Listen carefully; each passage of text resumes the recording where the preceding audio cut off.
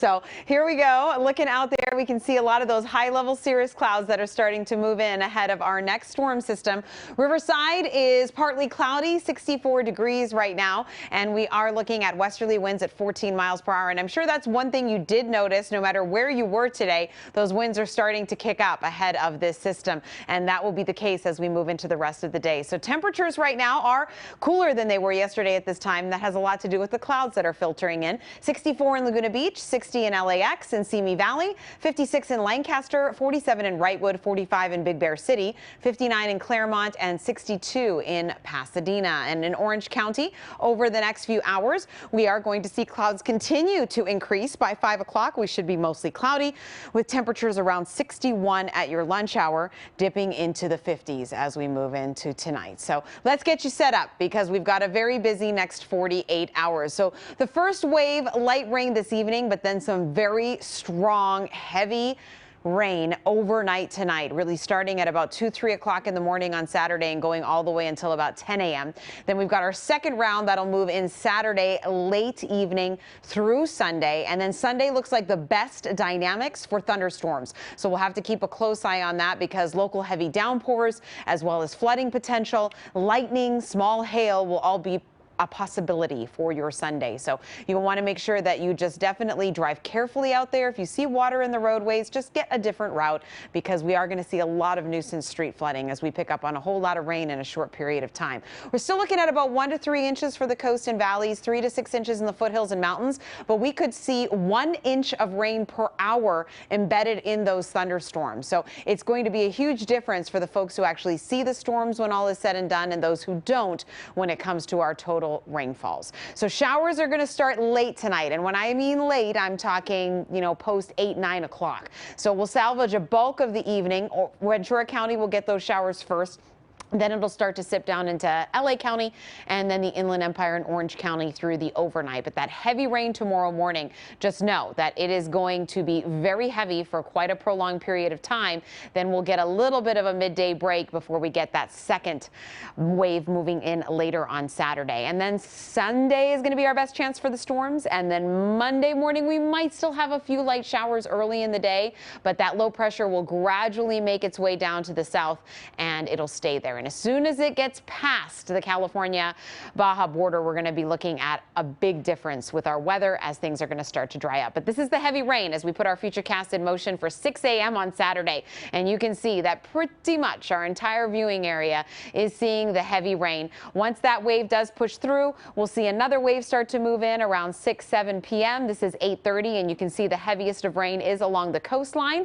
Then for Easter egg hunts, Sunday morning at 8:15, we will see some showers around, and so it'll still be wet, but low pressure is going to be very close to us, and that's what concerns me once we head into about Sunday mid-morning till about Sunday night, because it's going to be very conducive and dynamic for those storms to start to pop up, and that's what we can see here as we push into our Sunday afternoon. Won't take much, and then we're going to also have to deal with a lot of mountain snow. You can see by Sunday night into Monday, it's very cloudy, but not too much precipitation, but then we'll get a little wraparound moisture as that low just nips and tucks and gets out of here. And so we're just going to want to make sure that we keep the umbrella handy through about, I'd say, 10 a.m. Monday, and then we won't need it anymore, which is great. So 1 to 3 inches total rain across a good portion of our viewing area. We might see a little bit more as we inch up, of course, towards the Inland Empire, our mountains and foothills. We're talking 3 to 5 inches, and then maybe a ½ an inch to an inch in the high desert and the Antelope Valley. But our entire viewing area is under a flood watch, and it starts tonight all the way through Sunday night. And roadway flooding is going to be our biggest concern. We're going to have to watch out in those very prone areas to mudslides as well as rock slides. And then we've also got a winter storm warning in effect for a good portion of our viewing area. We're talking a couple feet of new snow above 6,000. That's substantial. Then it's a cold core low, remember? So the cold air is going to invade behind it.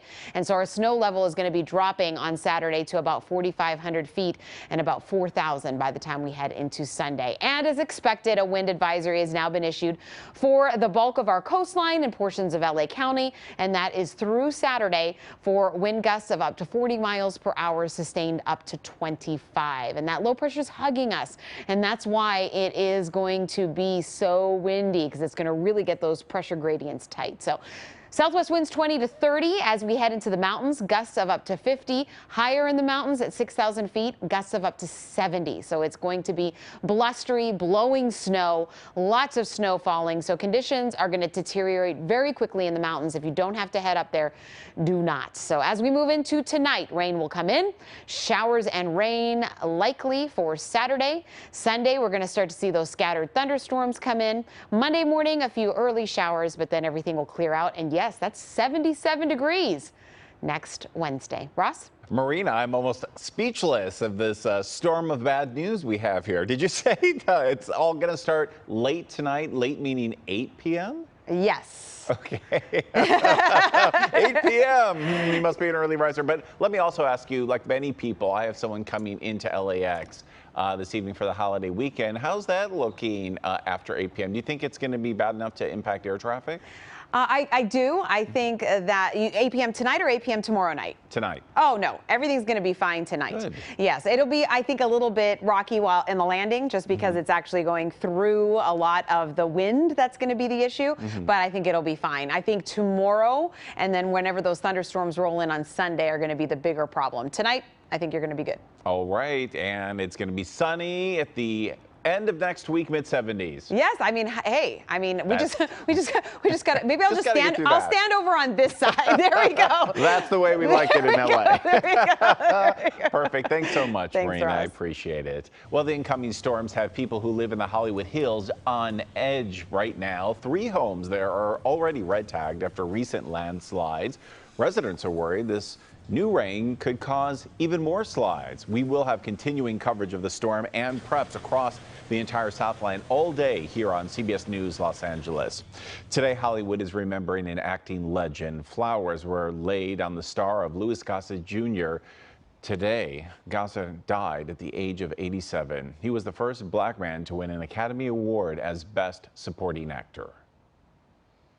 Now, why would a slick little hustler like you want to sign up for this kind of abuse anyway? I want to fly jets, sir. My grandmama wants to fly jets. That's a scene from An Officer and a Gentleman, an iconic role for him. Gossett debuted on stage, though, as a teenager.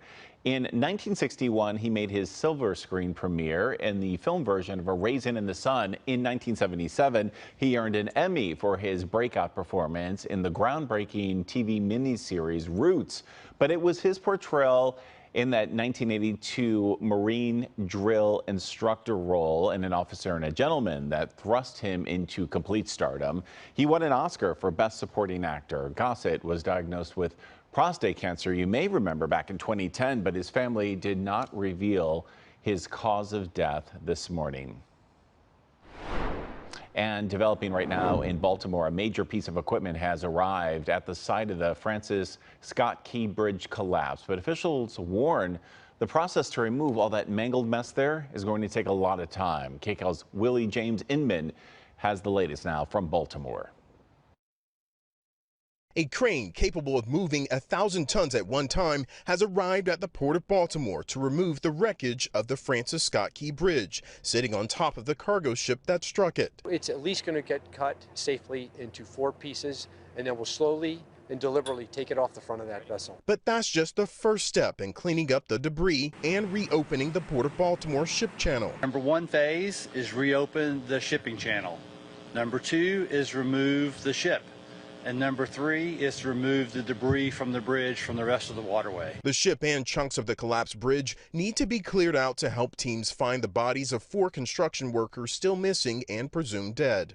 They know that right now, unfortunately, they died, but they want to see the bodies. They really want to see the bodies and bring the bodies home. The Port of Baltimore is an important part of the U.S. economy, and President Biden has vowed to, quote, move heaven and earth to reopen it. In fact, his administration has set aside $60 million to help in cleanup efforts. The president called me yesterday, and we spoke for a few minutes, and he made it clear this was the U.S. Army Corps of Engineers' #1 priority, and I was to call him directly should we need any additional resources. When the bridge does get rebuilt, Gustavo Torres with the Latino and immigrant organization CASA says it will likely be immigrants like those who died in the collapse who will do much of the work. The Baltimore and Washington D.C. area, we have 139,000 immigrants doing this kind of job. Engineers estimate it will take years to build a new bridge.